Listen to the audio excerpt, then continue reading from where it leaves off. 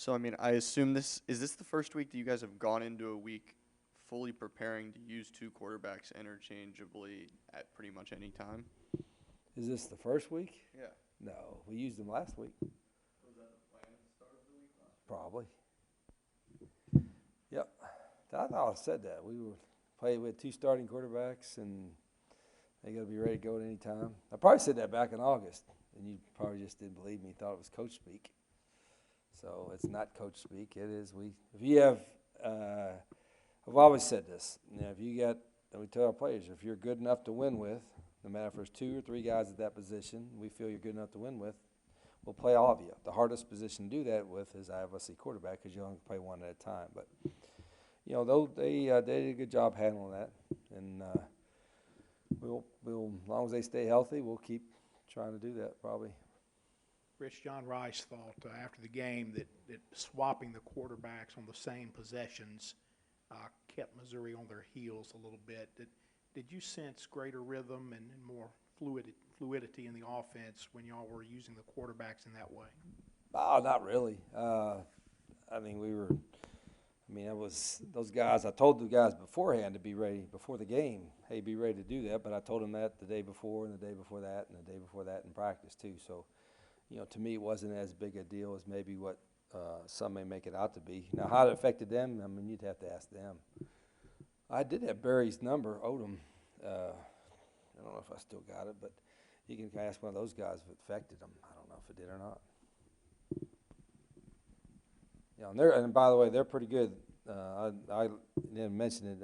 I think Barry's done a phenomenal job there. You know, Missouri's got a good football team, and he needs to be commended for what kind of team they have and how hard they play with the situation they're in. So, kudos to them.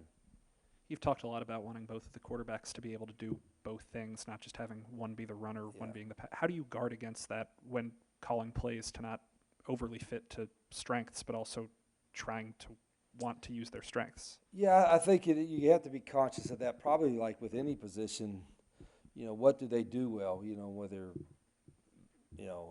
certain coverages on defense or on offense, what running back you use. You want to be conscious of. Okay, these are, they can run all the plays, but these are plays that they're best at, and we kind of have an idea with that, obviously going into it. But as I told the quarterbacks way back in August, we need to have all quarterbacks to be able to run all the plays. With that in mind, knowing which ones that they can execute better. Because I always say this all the time, every day with the offensive coaches, it's not necessarily the plays you call, it's the ones you can execute. And with the quarterbacks, you want to make sure you're calling plays that they can execute well. And fortunately, all the guys that we have are pretty good athletes, and they can execute all of them, but some, they're better at than others. Coach, the disparity between Elijah with 44 catches and the rest of the receivers, how you get more guys involved in that?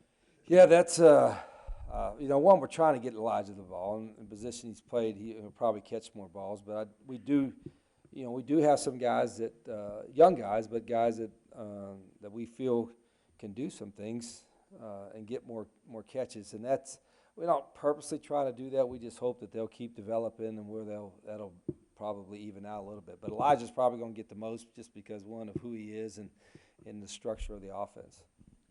It looked like there was a lot of offensive line rotation in the game. Where are you guys with that? Probably didn't.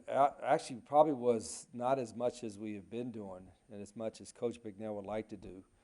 I mean, normally we'll get Jalen Cunningham in more. We even talked about, Bryce Ramsey getting in more, and then Bryce Matthews. So there's more guys that'll play, and we need to get more guys. I think those guys, I don't know how many, 80-some snaps. So they've been getting a lot of reps, and they're probably a little bit, for us, we like to rotate at least 8 in throughout the course of a game, and Coach McNeil's working hard to get more of a steady rotation. I didn't think the last game we had rotated nearly as much as we had the other games.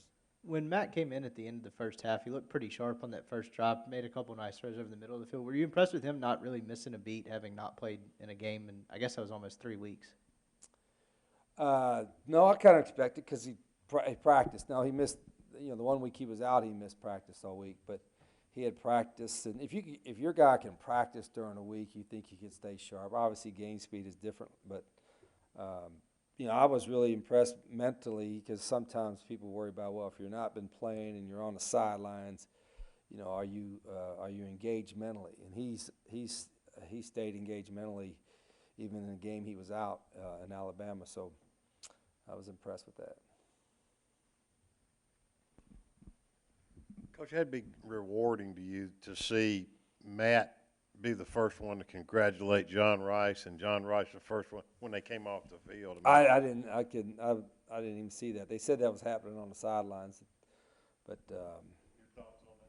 yeah, I think it's we talked about it during the week. We talked about it before the game with them, and it's a team game, and that's what you would expect from that. I think there's a tendency in today's society to make it all about I or an individual, and this is an ultimate team sport, so those guys handled the way they should.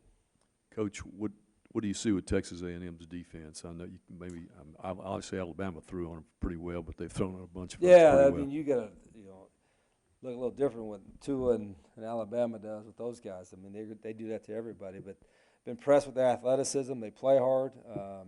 Typical SEC front. Big guys up in there. Their secondaries is probably as big. They got a 6'4" corner. They're very long and athletic, and they play really hard. I've known Jimbo. We're both from the same area in West Virginia, and so we go back a long time. And I've always had great respect for him. In fact, he was my. This is dating ourselves here. My 1990 was that 30 years ago. He was my first quarterback coach at Glenville State College. I had him for about 3 months. I paid him $1,500 though for that spring. He makes that in a minute now, but he's Jimbo's. Ever since I've known him, this has been way back in high school. He was a great player himself. I mean, a phenomenal athlete, and knew he'd be a great coach, and he's one of the best there is without question. So, other than this week, I always root for him because I think he's special. Coach, over on your right, going back to the quarterback thing, I'm not trying to beat that to death, but it was all John Rice, and then it was all Matt for a little while, and then you got into the play both of them. What triggered, or what was the? I don't know.